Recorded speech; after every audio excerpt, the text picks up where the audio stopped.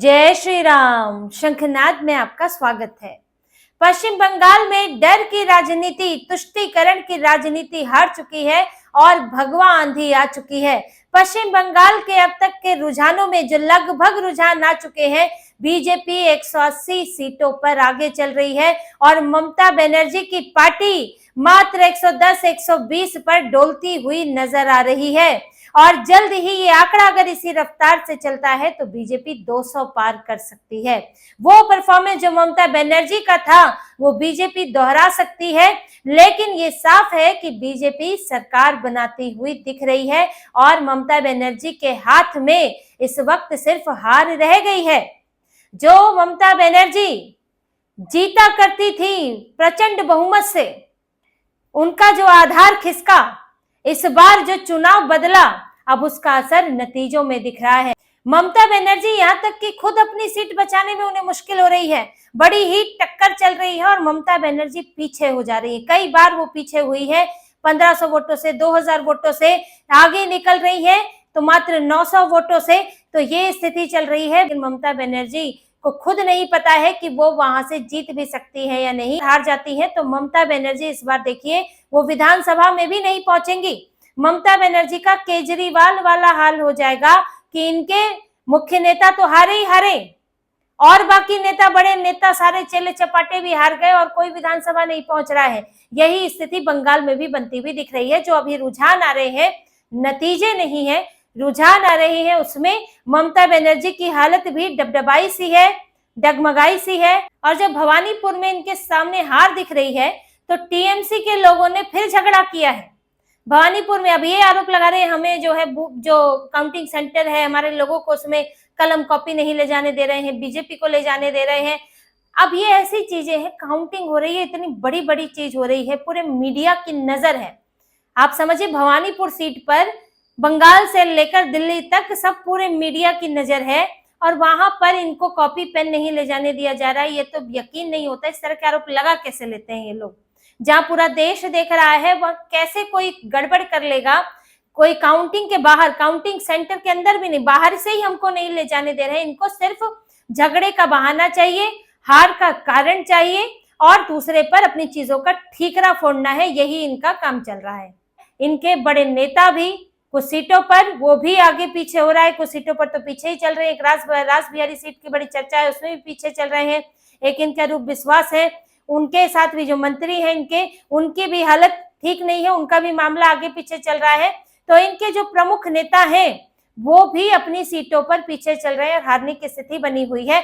और देखिए जितना बीजेपी का आंकड़ा बढ़ेगा उसमें तो ये है ही कि अगर वो जीतेगी तो इनके नेता हारने तय हैं।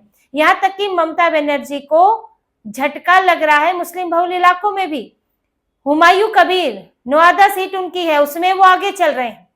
मुर्शिदाबाद में वो कड़ी टक्कर दे रहे हैं ममता बनर्जी को। तो ममता बनर्जी के हाथ से अपने गढ़ निकले हैं। बर्धमान में जो इनका इलाका हुआ करता था वहां से भी इनको नुकसान हुआ है। जलपाईगुड़ी, अलीपुरद्वार, वहां पर ममता बनर्जी ज्यादा कुछ नहीं कर पाई है। यहाँ तक कि परगना के इलाकों में भी इनके हाथों से सीटें निकली है। मालदा में भी बीजेपी ने सीटें गेन की है।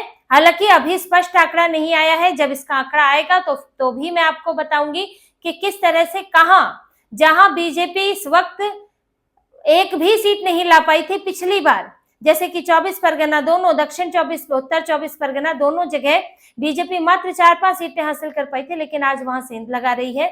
मालदा में भी ऐसी स्थिति थी, लेकिन आज मालदा में भी अच्छा परफॉर्मेंस होता हुआ दिख रहा है। तो कह सकते हैं कि इस वक्त टीएमसी भगवा आंधी में उड़ चुकी है। एक कितनी बड़ी होगी ये जीत, अब ये देखना बाकी है, लेकिन जीत तो होती हुई अब साफ दिख रही है, क्योंकि लंबा समय हो गया है रुझानों को और रुझान लगभग टिके हुए हैं। बीजेपी 180 के आसपास बनी हुई है और ममता बनर्जी यहाँ वो 150 के आंकड़े तक, 150 का आंकड़ा हो जाएगा तो बहुमत का आंकड़ा हो जाता है, लेकिन वो तो 130 भी नहीं पार कर पा रही है। उनकी पार्टी की स्थिति ये है और हो सकता है कि चुनाव नतीजे आते आते वो 100 के नीचे पहुंच जाए ममता बनर्जी की पार्टी। जो पिछली बार स्थिति बीजेपी की थी वो स्थिति बन जाए इस बार ममता बनर्जी की। ये जो आज नतीजे दिख रहे हैं, ये क्या दिखा रहे हैं? जो रुझान दिख रहे हैं वो दिखा रहे हैं कि बंगाल में दो चीजें हुई हैं। एक, इनकी एंटी इनकम्बेंसी के बाद लोगों ने बदलाव चाहा, वो एक राजनीतिक बदलाव होता है। दूसरा, लोगों ने डर को हराया है। जो बंगाल के लिए कहा जाता है कि वहां पर जैसे कि एक्सेस माई इंडिया का तो सर्वे नहीं आ पाया, क्यों? क्योंकि लोग बोलने को तैयार नहीं थे। वहां पर लोग कैमरे के सामने बोल नहीं पा रहे थे कि बाद में टीएमसी के गुंडे आके पीट देंगे। अंतिम तक टीएमसी के कार्यकर्ता धमकी दे रहे थे कि तुम्हारे घर जला देंगे, खून खराबा हो जाएगा। और ये हालात सिर्फ ऐसा नहीं है कि किसी एक इलाके में हो, ये हिंदू बहुल, मुस्लिम बहुल, हर इलाके में इनका इसी तरह की गुंडागर्दी थी, जिसमें इनके लोग अब ये से बीजेपी के साथ नहीं है, कांग्रेस के साथ, अधीर रंजन चौधरी के साथ इन्होंने क्या किया, प्रचार तक नहीं करने दे रहे थे। हुमायूं कबीर की स्थिति देख लीजिए, यहाँ पर इंडियन सेक्युलर फ्रंट वाले उनके एक नेता को, उम्मीदवार ही संभवतः वो थे, उनको इन्होंने मारा है। तो इन्होंने तो किसी को नहीं छोड़ा है। और लोगों को इस बार निडर होकर मतदान करने का मौका मिला है। चुनाव आयोग ने वो मौका दिया है और लोगों ने डर से निकलकर वोट किया है, उस खौफ से निकलकर वोट किया है। बीजेपी अब पहली बार यहाँ सरकार बनाने जा रही है। बंगाल की स्थिति बदलने वाली है, घुसपैठियों का खात्मा होने वाला है। खौफ तो बढ़ ही गया है उन बॉर्डर वाले इलाकों में जहां पर घुसपैठिए बैठे हुए हैं। रुझान के बाद ही खलबली मची है, टीएमसी में मायूसी का माहौल है और डर तो उनको भी लग रहा है जो कैडर बनकर अधिकारी बैठे थे, पुलिस वाले, सरकारी कर्मचारी, जो अंतिम तक, यहाँ तक कि चुनाव आयोग की इतनी सख्ती, विभागीय जांच तक की बात करने के बावजूद, सस्पेंड करने के बावजूद भी जो बीएलओ, जो बीडीओ टीएमसी के कर्मचारी बनकर काम कर रहे थे, कार्यकर्ता बनकर काम कर रहे थे, अब डर तो उनमें भी है कि अब रिजाइन ही करके चले जाएं तो अच्छा है, वरना तो नौकरी इस तरह से तो न चल पाएगी कि अब टीएमसी के गुलाम बन के रहें और इधर नौकरी करें। क्योंकि अब ये कैडर सिस्टम खत्म होगा कि ये जो हर जगह है, यहाँ देखिए आप अस्पताल में भी इनका कैडर ही बैठा हुआ था, जो आरजी कार केस में देखा, या बीएलओ जो है वो इनके कैडर बने हुए हैं। और बीएलओ यहाँ तक कि जो ब्लॉक लेवल ऑफिसर जो होते हैं, जो अधिकतर बनाया जाता है टीचर्स वगैरह के लिए, जो टीचर्स वगैरह को चुनावी ड्यूटी दी जाती है, तो ये सब हर जगह इनका कैडर घुसा पड़ा है और वो कैडर सब में डर पैदा करता है।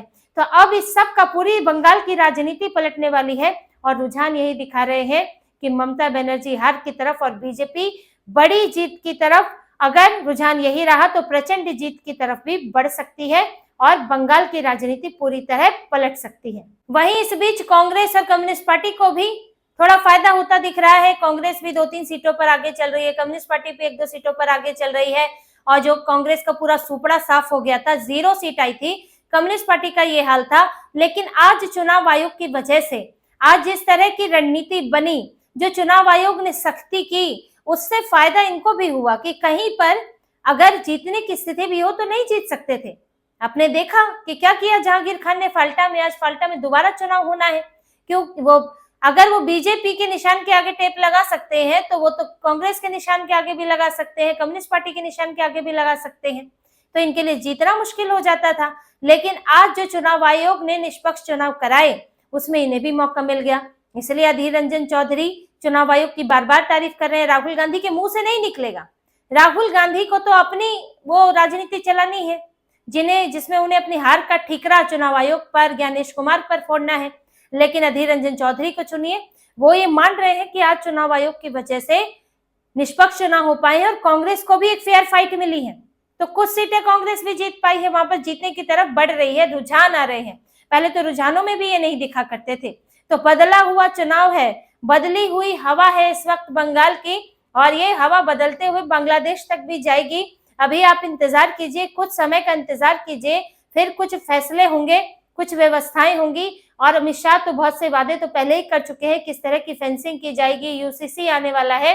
तो ये सब अब तो कुछ महीनों के में ये असर दिखना शुरू हो जाएगा और ममता बनर्जी खिसियाती हुई, चिल्लाती हुई रह जाएंगी।